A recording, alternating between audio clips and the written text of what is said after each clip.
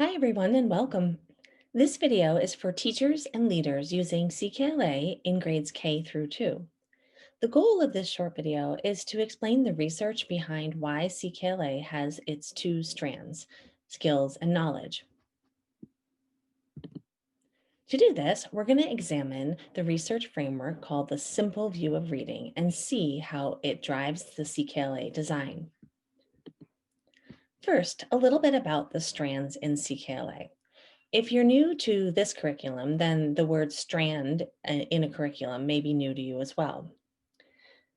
CKLA approached reading instruction with this idea of having two separate strands, skills and knowledge. It can be helpful to think of the skills as the decoding side of reading and knowledge as the comprehension side. This approach was designed in consideration of the research on how children learn to read. And the result is a program in which decoding and comprehension are given equal weight and equal time within the ELA block. And teachers are provided two complementary sets of materials designed for daily use and for intentional support of each aspect of reading development. Some teachers new to using CKLA have wondered, why both? And this video will help explain the importance of each strand. In K through 2, each strand is given 60 minutes of daily instruction, thus emphasizing the importance of both. You may have worked with other approaches to reading programs where either decoding or comprehension was given substantially more time and attention. That is not the case in CKLA. Both strands are given the same amount of time and support. Let's talk about why these two strands exist in CKLA. As teachers, we always want to know the research behind the programs that we're using with our students. To that end, let's examine the simple view of reading. In 1986, two researchers, Gao and Turner, concluded that students need two things for reading comprehension: the ability to decode written words, we often refer to this as decoding, and an understanding of what those words mean. This is referred to as language comprehension or comprehension of language, and it's different than reading comprehension. While the simple view of reading is actually complex, it can be represented in a simple equation. The equation shows that decoding and comprehension of language are both critical to achieving reading comprehension. That is, if decoding is weak, a student will struggle to gain meaning from text, even if that same student can understand the words when they are read out loud. Conversely, a student who can decode well, but cannot understand what those words mean, will not be able to gain meaning or achieve reading comprehension. Let's bring this to life with two examples. Here is an English sentence rewritten in a made-up system with the code beneath it.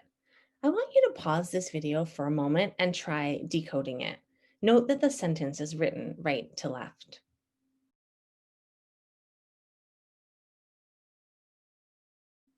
The simple view points out that if you can't decode the symbols in a sentence, you can't read it, even if you know the language in which it's written.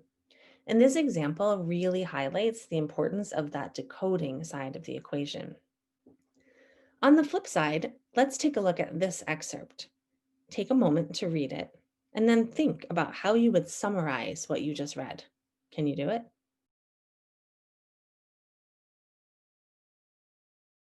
So this example highlights the role of language comprehension. Even when we can decode all of the words, if we don't have that background knowledge and that glue to hold things together, we can't achieve reading comprehension. This passage is about the sport of cricket, so it's likely that many of us do not possess the background knowledge to make sense of what the passage is describing. When you think about the two strands of CKLA, you can think about how they intentionally target both factors of the simple view of reading. The 60 minutes of skills instruction directly supports students' decoding, and the 60 minutes of knowledge immerses students in topics that help build their vocabulary and background knowledge, which in turn support language comprehension. Combined together, students are on the path to gain reading comprehension. Let's take a quick up close look at what a 60-minute skills block might look like. Skills lessons can vary depending on the day and the focus, but generally, in a skills lesson, students might first learn a new sound spelling and then do some practice with that sound spelling. So let's take a look at this sound spelling, E.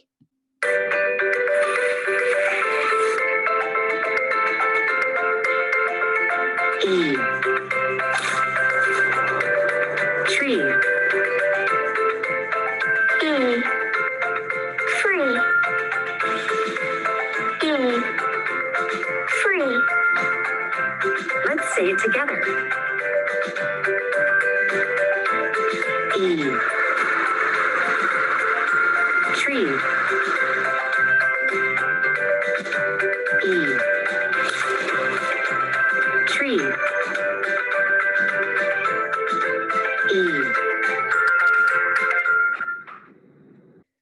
After students have been introduced to a sound spelling, they have ample opportunity to practice what they've just learned.